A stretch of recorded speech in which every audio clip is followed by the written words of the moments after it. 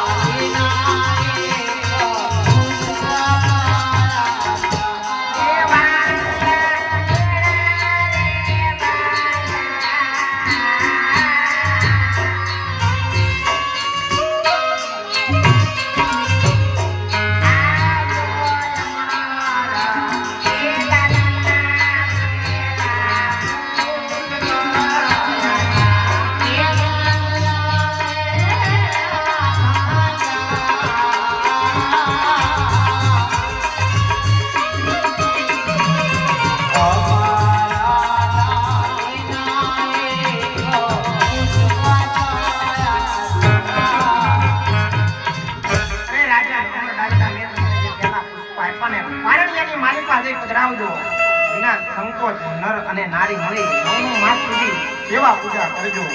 અરે રાજન, જેથી કરી તમારા ઘરે પુત્રના પારણા બંધાય, તમારા વાંચ્યા મેળા. કહેવતમાં કીધું છે એક પુત્રે પુત્રવાળા ન કહેવાય, 100 રૂપિયા રૂપિયાવાળા ન કહેવાય. આપને જો પુત્ર દેવો હોય તો આપને પૂજવા લાયક ને તમારા લાયક બીજો પુત્ર બનાવો. અરે રાજન, આખી સૃષ્ટિની માલિકા, આખા જગતની માલિકા, મારી જેવો બીજો પુત્ર તો હું તમને ક્યાંથી શોધી કાઢું? અરે પ્રભુ, તો તમે મારા ઘરે પધારો. અરે રાજન, તમે મારી માંગણી કરો છો કે શું? હા.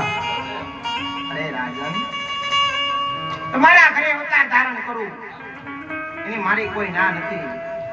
આ દ્વારકાની માલિકા તમારે મારી હારે વચને બંધાવવું પડે રાજન. અરે પ્રભુ, હું તમારી હારે વચને બંધાવું. અરે રાજન, તમારા ઘરે અવતાર ધારણ કરું ત્યારબાદ મારી 48 વર્ષની ઉંમર થાય ને રાજન, તમારે મને હસતા મુખે વિદાય દેવી પડશે રાજન. એ પ્રભુ, હસતા મુખે હું વિદાય દઉં.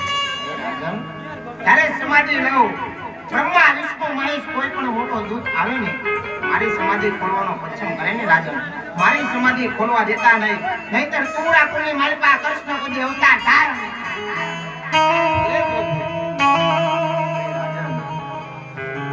જ્યારે પૃથ્વી પર પાપ વધે છે, ધર્મ ઘટે છે ને અધર્મ વધે છે ને, તારે પ્રભુ પોતે અવતાર ધારણ કરે છે. આજ હું કહું ને તમે સાંભળો.